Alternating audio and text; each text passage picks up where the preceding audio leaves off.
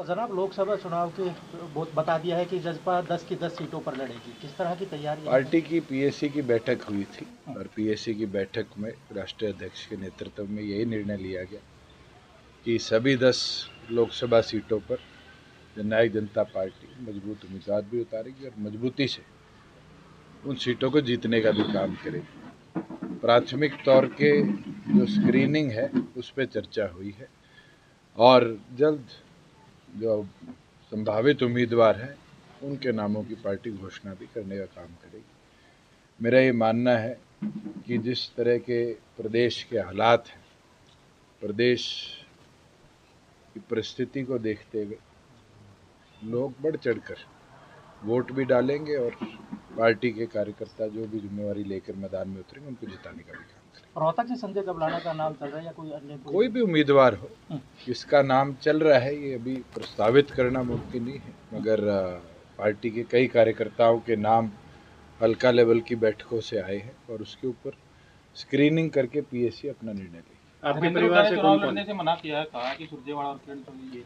देखो, कांग्रेस के अंदर एक चीज़ तो साफ सामने आ रही है कि पूरे देश में कांग्रेस के जिनको हम दिग्गज कहा करते थे वो सारे डर रहे हैं और ये चीज़ साफ कर देती है कि कांग्रेस का ये अंतिम चुनाव है और जिस तरीके से लीडर ऑफ अपोजिशन ने मना किया है हरियाणा के अंदर, ये साफ दिखाता है कि उनके मन में भी कहीं ना कहीं घबराहट। अरविंद केजरीवाल की गिरफ्तारी को किस तरह देखते हैं? कल उनकी पत्नी ने प्रेस कॉन्फ्रेंस की और जो कोर्ट में भी अपना बयान जो ये पूरा लेकर स्कैम का मामला है, ये अपने आप में पहले दिन से एक गंभीर विषय है कि किस तरीके से पॉलिसी ड्राफ्ट करी, उसमें अरविंद केजरीवाल का रोल कितना है, कितनी उनकी इन्वॉल्वमेंट है, ये तो इन्वेस्टिगेशन के बाद पता चलेगा। आपके परिवार से कौन कौन आ रहा है? राजकुमार सैनी भी कांग्रेस की तरफ से। कौन चुनाव लड़ेगा हाँ जी, तो पार्टी का नेतृत्व तय करेगा, मगर मैं ये जरूर बोल सकता हूँ कि जिसको भी जिम्मेवारी मिलेगी कोई पीछे नहीं हटेगा।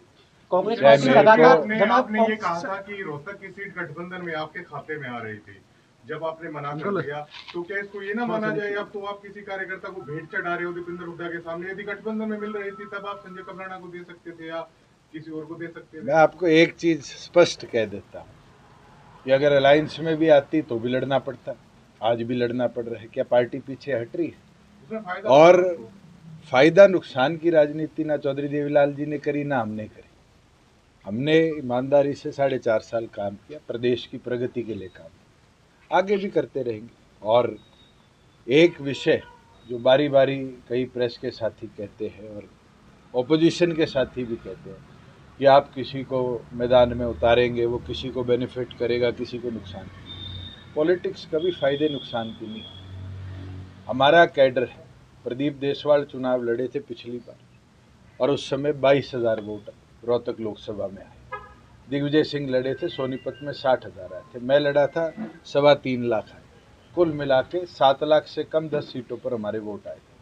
आज हमारा टारगेट है कि उस वोट शेयर को मैक्सिमाइज करना, और वोट शेयर मैक्सिमाइज होगा तो संगठन बढ़ेगा, और संगठन बढ़ेगा तभी जाके पार्टी 10 विधायकों से 40 का आंकड़ा पार करेगी।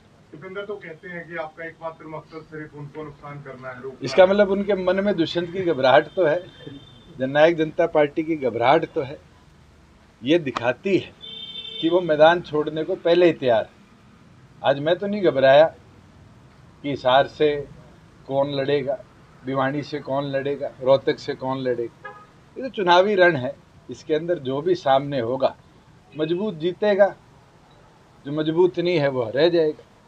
मगर दोबारा खड़े होंगे, दोबारा लड़ाई लड़ेंगे। पर्दे के पीछे आज भी दुष्यंत सरकार की मदद कर रहे हैं एक तरीके से। अगर आपको वो पर्दा कहीं मिलता है तो मुझे दिखा दो। आज के दिन जननायक जनता पार्टी अपना संगठन को लेकर आगे बढ़ रही है और उस संगठन के प्रति समर्पण पार्टी को और मजबूत करने का काम करेगा। जो जो कार्यकर्ता समर्पित रहेगा वो संगठन के प्रति अपनी निष्ठा दिखाएगा। और तो चुनावी मौसम है, जब बीजेपी का सिटिंग एमपी कांग्रेस ज्वाइन कर लेता है, कांग्रेस का सिटिंग एमपी बीजेपी ज्वाइन कर लेता है, आम आदमी की जिसको टिकट मिल गई सिटिंग एमपी वो बीजेपी ज्वाइन कर लेता है। ये तो मौसम है। जो लोग संगठन के प्रति समर्पित नहीं है वो इस तरह से छोड़ छोड़ के भागेंगे। जो संगठन के प्रति समर्पित है, वो मुझे लगता है कि अंतिम वोट पोल होने तक मजबूती के साथ पार्टी की निष्ठा हिसार से दुष्यंत चौटाला लड़ेंगे क्या? हिसार से पार्टी मेरे को करे, किसी कार्यकर्ता को करे, किसी और को करे, जो भी चुनाव लड़ेगा मजबूती से लड़ेगा और हिसार की सीट को मजबूती से। दीपेंद्र हुड्डा ये भी कह रहे हैं कि रोहतक लोकसभा की जीत हरियाणा का रास्ता तय। मैं ये बता सकता हूँ जल्द हो जाएगी।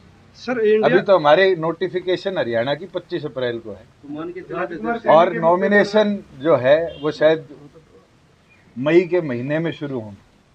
अगर चुनाव की रण की बात है, कार्यकर्ता फील्ड में तो सारे ही हैं और फील्ड में जाकर पार्टी संगठन को मजबूती करें। उम्मीदवार के मैदान में आने से जरूरी है कार्यकर्ताओं की एक्टिविटी और कार्यकर्ता अपना काम करें। राजपाल सैनी के मुद्दे पर कुछ बोलिए सर, हम उम्मीद करते हैं आप ज्यादा बोलेंगे, चुनाव में भी भुनाएंगे, अभी बोल नहीं रहे हैं आप इतना। मेरे को बोलने की जरूरत नहीं, मेरे को लगता है आपके भी मन में जो हुआ है उसकी टीस है और आम जन के भी, और इससे ज्यादा मेरे को लगता है उस पर टिप्पणी ना करूं तो बेहतर है। दुष्यंत जी, अब बड़े चौटाला का आपके प्रति ना थोड़ा सा स्नेह बहुत ज्यादा दिखाई दे रहा है, आपने भी कुछ कहा है, तो क्या अब ऐसा नहीं लगता है? हमारा कभी खत्म नहीं हुआ, परिवार के बड़े हैं और राजनीतिक तौर पर मैं हमेशा कहता है कि उनने अपना आशीर्वाद दे के ही पार्टी से निकाला होगा कि हमने एक शुरुआत करी, मजबूती से करी। और चौधरी अजय सिंह चौटाला जी ने हमेशा बोला है परिवार के बड़े हैं। नहीं, अब चुनाव है, जैसे अब समझो देखो परिवार आगे बढ़ सकता है। हाँ, चलो मैं इतने शब्दों में आपको कह दिया। दीपेंद्र हुड्डा ये भी कह रहे हैं कि रोहतक